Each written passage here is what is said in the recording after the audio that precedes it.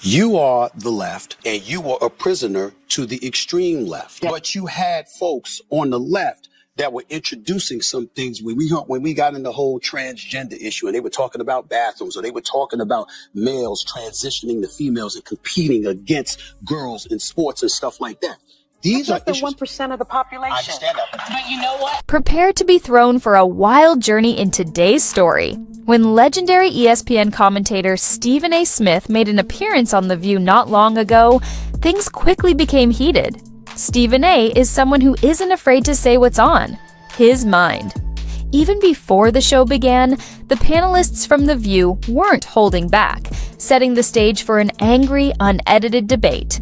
Stephen A.'s unwavering opinions on a wide range of topics, including sports, pop culture, and more, naturally led the discussion to a heated turn. It was impossible to ignore his boundless enthusiasm, and their spirited debate was riveting to say the least. With each woman bringing her own brand of fiery intensity, the ladies of The View engaged in a dramatic and exciting fight that kept viewers glued to their screens. You have never witnessed anything like the spectacle that ensues when strong, unabashed viewpoints collide in front of an actual audience. The View kept up with Stephen A.'s spirited debate every step of the way. What transpired was a high-stakes conversation laced with humor, stress, and, of course, lots of drama. The Republicans are sort of an extreme fringe party. The topic on The View started with some substantial political debate. Nothing unusual for the show, but this time, Stephen A. Smith provided a perspective that conflicted significantly with the traditional narrative, generating a heated argument. It didn't take long for him to go head-to-head with co-host Sunny Hostin. Known for her outspoken and unyielding opinions, Sunny seemed to anticipate Stephen A. to align with her viewpoint, particularly on political labels. She regarded certain elements as radical, notably dubbing the Republican Party a fringe organization. Stephen A. wasn't having it.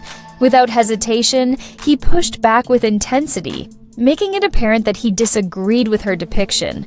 He strongly stated that the Republican Party wasn't the radical fringe she described. This set the stage for a heated back and forth, with each standing their position. Stephen A.'s forthright and uncensored style was on full display. He wasn't there to follow the typical script. Instead, he arrived ready to question assumptions, providing a bold, independent take. The dramatic conversation had spectators totally engaged, watching as two strong-willed voices clashed in real time. The Republicans are sort of an extreme fringe party. No, I don't think that they're an extreme fringe party. I think that they're operating against those they believe are extreme on the left. Like, for example, when you talk about the LGBTQ community, I'm a fiscal conservative and I'm a social liberal. Mm-hmm. I'm fiscal with my dollars. I ain't apologizing for not wanting to pay high taxes to anybody. I'm not apologizing for that, right? But outside of that, I'm pretty liberal. Live and let live, okay? Mm-hmm. Yeah. But you had folks on the left that were introducing some things when we got in the whole transgender issue, and they were talking about bathrooms, or they were talking about males transitioning to females and competing against girls in sports and stuff like that. These are less than 1% of the population. I understand that. But you know what? That moment set the stage for a heated discourse, almost like a live political debate. With every back and forth, the tension rose. Stephen A. Smith was quick to note that oversimplifying difficult political matters helps no one. He underlined that limiting an entire party or organization to a single label only inhibits genuine conversation. His message was clear. It's time to move past assumptions based on history or allegiance. In a world more diverse and complicated than ever, Stephen A. underlined the need of respecting different perspectives instead of making broad generalizations. As he put it, it's 2025. We need to think bigger. The talk provided as a much-needed reminder that meaningful dialogue demands depth and an openness to understanding diverse ideas. It was a daring, thought-provoking moment that left the audience pondering on how political talks can be more inclusive and insightful. But I think that's where the mistake is made. Yeah. You're saying it's ridiculous. I don't disagree with you. Yeah. But most of the voters out there don't think like that. But that means they don't have the information. Okay, but 90% other voters don't have the information. If you're out there busting your tail to make ends meet and to pay your bills, and you're going to work every day, and you got a family to take care of, and you're in New York City, you're getting stuck 2 hours of your day, you're stuck in traffic. You got a whole bunch of stuff to go through. You don't have time to know what you and I know. Maybe you need to listen to the news when you're in traffic. Well, again, I agree with that. Be uninformed. You listen to stuff that's going to take you away from the things that brings down your spirit. Yeah. And that's unfortunately what made this conversation particularly intriguing was Stephen A. Smith's honesty about his own political viewpoint. He defined himself as a fiscal conservative and a social liberal, a rare mix in today's political landscape. But when you break it down, everything makes sense. Stephen believes in keeping onto his hard-earned money, coinciding with his fiscal conservatism. At the same time, he takes a more liberal attitude to social issues, advocating for a live and let-live mindset. His perspective offers a sense of balance at a time when political extremes often dominate the debate. In an era where it feels like you have to choose a side, his attitude serves as a reminder that not everything is absolutely black and white. Then came the true turning point. Stephen didn't shy away from confronting the difficult topic of transgender players in sports. He confronted the heated issues head-on, underlining that at its foundation, this problem centers around justice and competition. Stephen made it obvious that this isn't just a theoretical discussion. It has actual repercussions for how sports are played and how athletes negotiate their competitive settings. To him, this wasn't simply another discussion. It was about real sportsmen facing real stakes. His forthright, clear view on the matter attracted attention, keeping everyone tuned in. You are the left. You leaned and you were a prisoner to the extreme left in a lot of people's eyes. Well, guess what? Most of America doesn't operate on the fringes. Whether you're left or you're right, you're relatively centrist. You believe in compromise, negotiation, working with one another. Nobody gets to get everything they want. The problem is those on the fringes continuously push for you to get everything you want. Yeah. They're not about getting things done. They're about getting their way. And if they're not going to get their way, they're about complaining and griping about it because they understand that when you are operating based off of grievance, that's usually what provokes you to get to the polls. And that is why they don't mind feeling aggrieved and displaying and disseminating that kind of message, because they know people are going to gravitate to that. And as a result, that might get them to the polls, you thinking you're going to get what you want as a result. Sunny wasn't on board with Stephen A.'s perspective and immediately dismissed his concerns with a wave of the hand. But Stephen wasn't backing down. He maintained that this isn't a small issue. It's one that actually concerns to parents, athletes, and fans alike. He highlighted that these issues require a fair discussion, and simply throwing them aside doesn't advance the conversation forward. It was evident he wasn't there for surface-level debate. He wanted a real exchange. Then, Stephen tried a different approach, addressing a common criticism about ignorant voters. Instead of reiterating the standard argument that people don't read enough or stay engaged, he flipped the script. He pointed out a fair reality. Many individuals are simply too consumed with job, finances, and family duties to keep up with the never-ending stream of political news. That's when the conversation took an intriguing turn. Sunny chimed in, saying that individuals may keep informed by checking into the news throughout their daily commute. On the surface, that sounded like a decent answer, but Stephen swiftly delivered a reality check. It's not that simple. The media landscape isn't unbiased, and flipping the channel doesn't necessarily provide a well-rounded view. That's a vital point when trying to grasp all sides of an issue.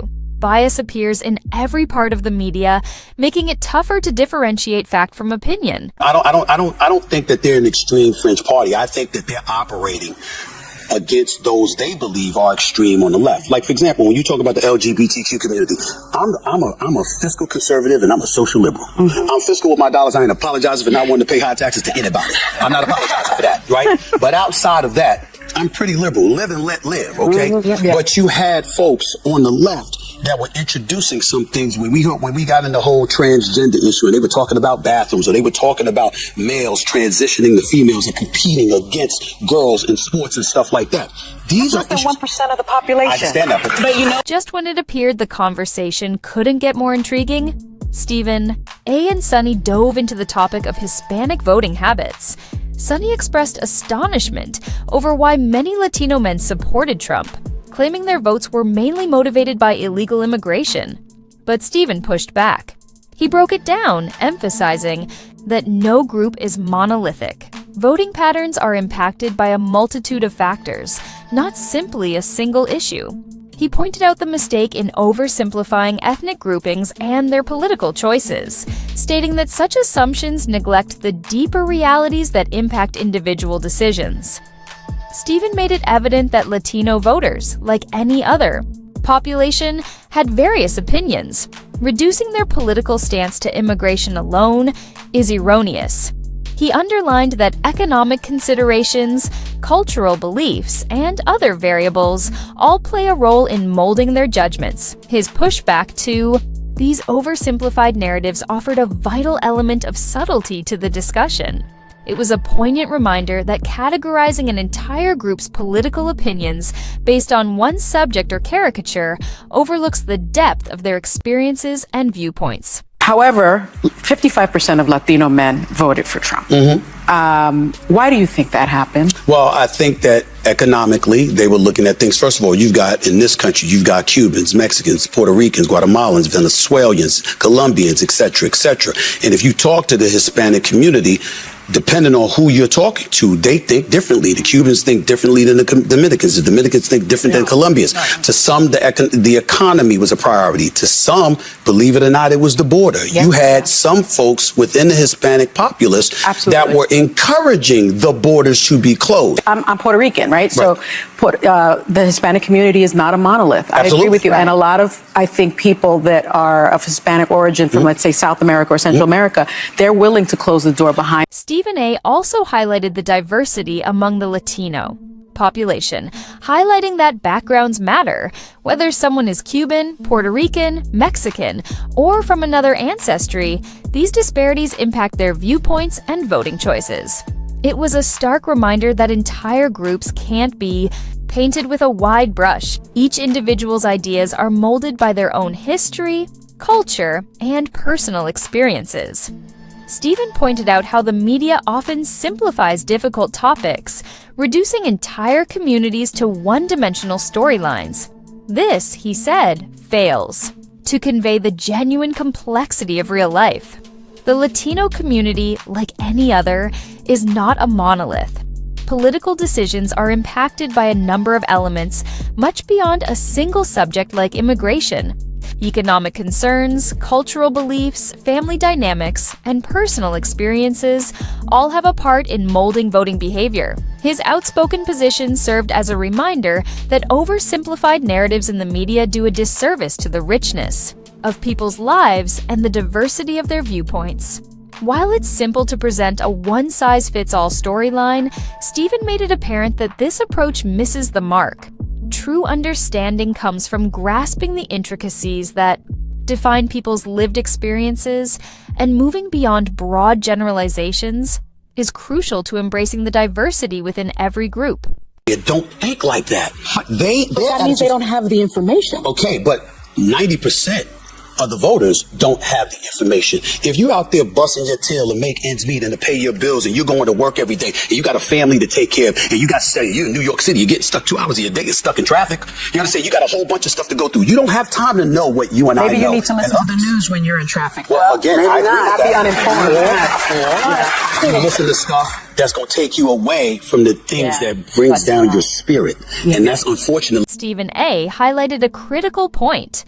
Voters are significantly more aware than the media generally gives them credit for. At the same time, he attacked the Democratic Party for abandoning traditional liberals and centrists with what he described as its more radical impulses. This was a noteworthy observation, revealing a political situation where voters increasingly feel sidelined by extremism on both sides of the spectrum. But his critique wasn't restricted to one party. Instead, it was a bigger remark on how both sides of the political divide are driving away those in the center, leaving many feeling detached and overlooked. At the root of Stephen's argument was a reality that resonates with many.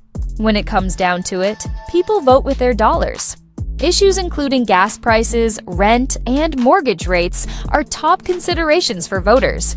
These financial concerns hold significantly more weight than intellectual disputes or party platforms. Stephen stressed that, for many, the daily problems of cost of living, job security, and economic stability are what genuinely influence their decisions at the polls. His stance takes the discourse away from party fights and refocuses it on the genuine challenges hurting people's everyday lives. In today's political atmosphere, it's not party allegiance, but economic realities that are driving voter decisions. To recognize is this, and I've said this often. When we look at the economy, I remember when Biden came into the office, he inherited about 1.5% inflation. It ballooned to about 9.1% before it ultimately came down to where it is now, right? That doesn't mean anything to minorities. The percentage in inflation, and here's the percentage. Nah. How much does gas cost?